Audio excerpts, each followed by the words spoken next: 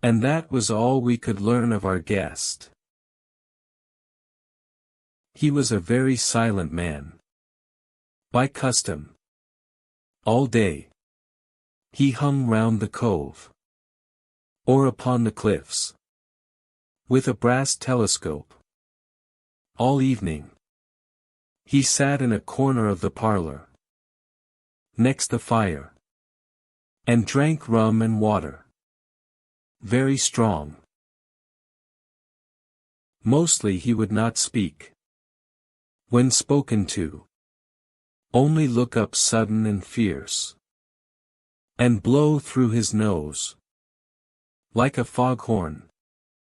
And we and the people who came about our house. Soon learned to let him be.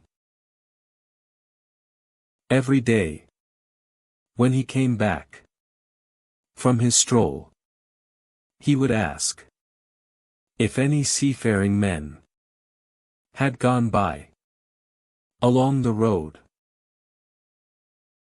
At first. We thought. It was the want of company. Of his own kind. That made him ask this question. But at last. We began to see. He was desirous to avoid them. When a seaman did put up at the Admiral Benbow. As now and then some did, making by the coast road for Bristol. He would look in at him through the curtained door. And he was always sure to be as silent as a mouse. When any such was present. For me, at least. There was no secret about the matter. For I was, in a way, a sharer in his alarms. He had taken me aside one day. And promised me a silver fourpenny. On the first of every month. If I would only keep my weather eye open. For a seafaring man with one leg. And let him know. The moment he appeared.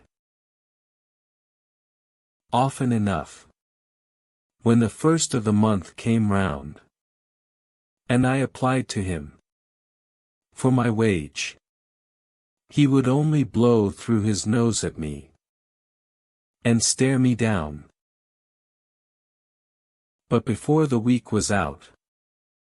He was sure to think better of it. Bring me my fourpenny piece. And repeat his orders.